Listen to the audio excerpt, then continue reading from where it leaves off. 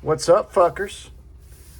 Man, oh man, did I have a hard time coming up with the final list for this video. But first, if you like my content, please like, share, subscribe, and comment. It's greatly appreciated, and it helps the algorithm, because you know your boy's trying to go viral.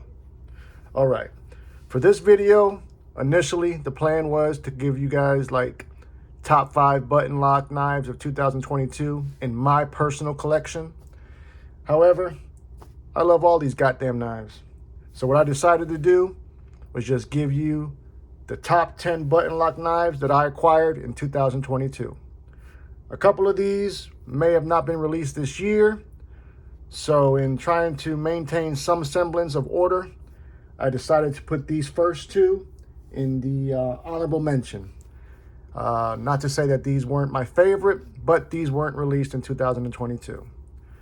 First up is the Spyderco Smock. Now, this is not your traditional button lock in the sense of the way that it's actuated. The button actually, and pardon my fingers, those are collateral damage, part of the trade. This button lock actually actuates the liner itself. So theoretically, it's not, I guess, a button lock, although it is. And that is the Spyderco Smock. Once again, that was not released this year, so it's in the honorable mention category. Another one that's one of my favorites, but was not released this year, but possibly is the best button lock available, and that is the ProTech Malibu. There ain't much else to say about this. It's American made, good old USA.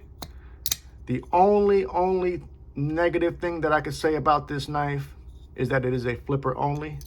Granted, you can use the button as well, but I tell you, man, if they had another way to put a thumb stud on there, game changer.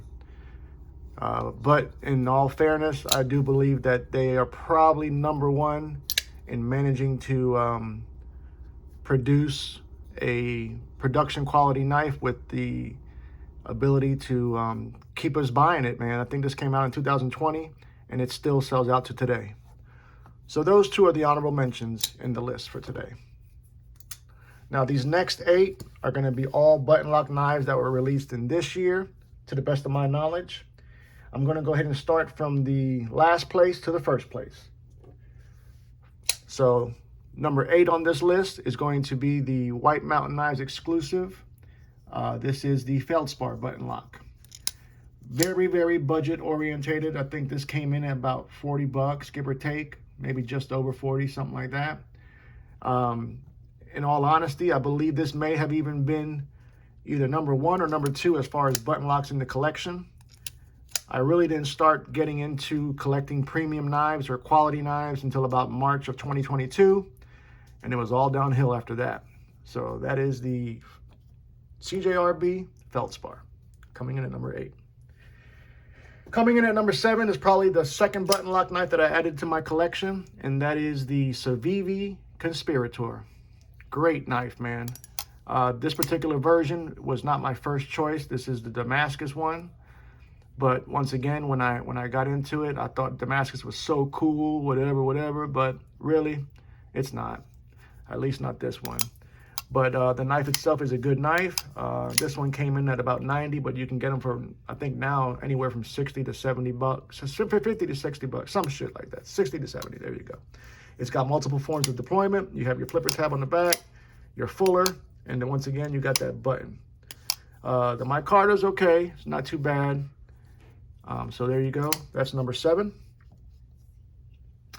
Number 6, coming in at number 6 is going to be another budget one, and this is the Savivi sister company, which is Sendcut.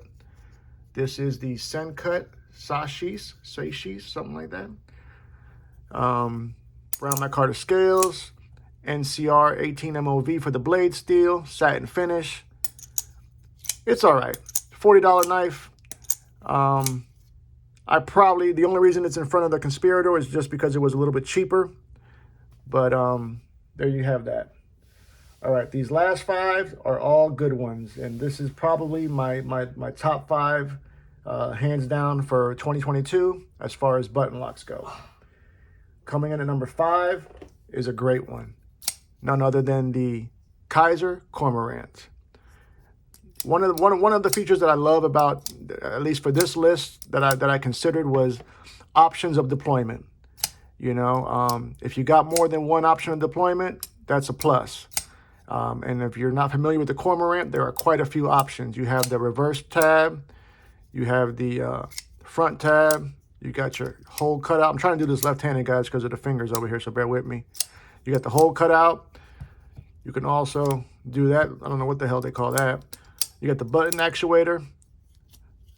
We're looking at green micarta scales, S35 VN blade steel, beautiful hollow grind, super fidgety as a fuck. This will probably make the list for fidget knives of the year for sure. So that's number 5 on the list. Coming in at number 4, these last 4, you can literally interchange them all. But we're going to start with number 4, and that is the Kaiser Hiccup. Another great knife. I'll tell you, Kaiser, stay tuned, because Kaiser is doing great things. I think 2022 was their coming out year. They were constantly in the news with new drops and, you know, different steels, different options. As a matter of fact, right before the end of this year, they released a premium version of this Hiccup. I think the premium version comes in S35 VN with some fat carbon scales. However, and it was a top flipper. However, this one is in the 154 cm satin finish with the black rich light scales. Once again, multiple forms of deployment. You have the flipper tab, you have the thumb stud, which is removable, and you also have that cutout. So there you have that. That is number 4. Coming in at number 3 is the only reason I put it at number 3 is because the 2 in front of it were cheaper. And that is none other than the Vasty Thunderbird, baby. Great goddamn knife. Once again, multiple forms of deployment. You have the hole cut out. You have the reverse flipper, the front flipper, and you also have a fuller. I'm trying to do it left-handed, bear with me. There we go. And lastly, you can actuate that button to make it somewhat of a gravity knife. S35 VN on the blade steel, black wash blade, Tonto apparatus. What's more to love? All right, I went back and forth on these last 2. And oddly enough, these last 2 only have single forms of deployment, but they were done so well that I put them in one in I put them in back in one in number 2. All right, coming in at number 2, CJRB Pyrite. This is the second Pyrite that I've bought this year. The first one was the Black G10. However, I ended up selling that because I wanted this one, and I didn't see the need to have 2 of them in the collection. This is the black on black everything murdered out with the black stainless steel handles and black coated blade, the AA-RPM 9, which is CJRB's proprietary budget powdered steel. And there you have that. Drop point blade coming in at number 2. Last one coming in at number 1 is going to be the button lock knife of the year for me, especially in the budget realm. And that is, again, another Vashde raccoon. I tell you, when I first unboxed this knife, I wasn't feeling, I wasn't knowing what all the hoopla was about. But after giving it a little bit of pocket time, and I even changed the thumb studs, it's number 1 for me. 14C28M blade steel, black micarta scales, forward finger choil, allowing for a full purchase, no refund. Full purchase, no refund. That's right. Reason I changed those thumb studs was the ones that came on from the factory were tearing my fingers up, man. They were a little bit rough.